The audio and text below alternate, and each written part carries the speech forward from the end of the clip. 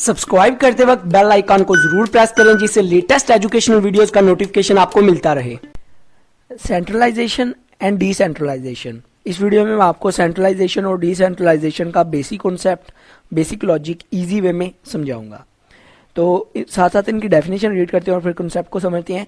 Centralisation organization structure in which decision making is concern at the top management या top authority या top कुछ भी कह सकते हैं आप, टॉप गवर्नमेंट। तो सेंट्रलाइजेशन में क्या होता है, जो डिसीजन मेकिंग होती है ना वो टॉप मैनेजमेंट करती है या टॉप गवर्नमेंट के जरिए से होती है। जो रूल्स एंड रेगुलेशन बनने हैं वो टॉप मैनेजमेंट करती है। फॉर एग्जांपल एक कंपनी की एग्जांपल ले लेते हैं। कंपनी में अगर कोई भी प्रोडक्ट जो है, कोई भी किसी ने काम करना है, अगर कोई मशीन ख़राब हो जाती है, एम्प्लॉय ने आगे से क्या करना है, बैठना है या उसको ठीक करना है, सारी ये जो डिसीजन मेकिंग है ये सारी जो किसके हाथ में होती है, टॉप मैनेजमेंट के हाथ में होती है। एम्प्लॉय के हाथ में कोई डिसीजन मेकिंग नहीं होती। जो जितनी भी डिसीजन मेकिंग है वो सारी टॉप मैनेजमेंट के हाथ में होती है। जैसे गवर्नमेंट जो है ना, जितनी भी रूल्स, स्टेट बैंक के, सेंट्रल बैंक के रूल्स एंड रेगुलेशन बनने हैं, गवर्नमेंट के जो टैक्स की रूल्स बनने हैं, जितना भी सारा काम होना है, ये सारी जो डिसीजन मेकिंग किधर है, टॉप मैनेजमेंट में है। जो ऊपर सारे बैठे हुए हैं उन्होंने डिसीजन मेकिंग करनी है। तो पाकिस्तान इंडिया में करप्टेड लोग बैठे हैं ऊपर, और वो जो डिसीजन मेकिंग है वो भी अपने फ़ायदे के लिए करते हैं कि हमें जिसमें ज़्यादा फ़ायदा हो, हम टैक्स से बच जाएं, हम इन चीज़ों से बच जाएं, तो वो ज़्यादा अपने बेनिफिट के बारे में डिसीजन मेकिंग करते हैं। तो सेंट्रलाइजेशन का ये भी नुकसान होता है कि सारी डिसीजन मेकिंग टॉप मैनेजमेंट में अगर छोड़ देंगे, कंपनी की टॉप मैनेजमेंट में, तो जो छोटे मजदूर हैं, जो लेबर हैं, जो नीचे वाला तबका है, अगर कोई मसला आ जाता है तो वो कहेंगे हमने तो काम करना ही नहीं।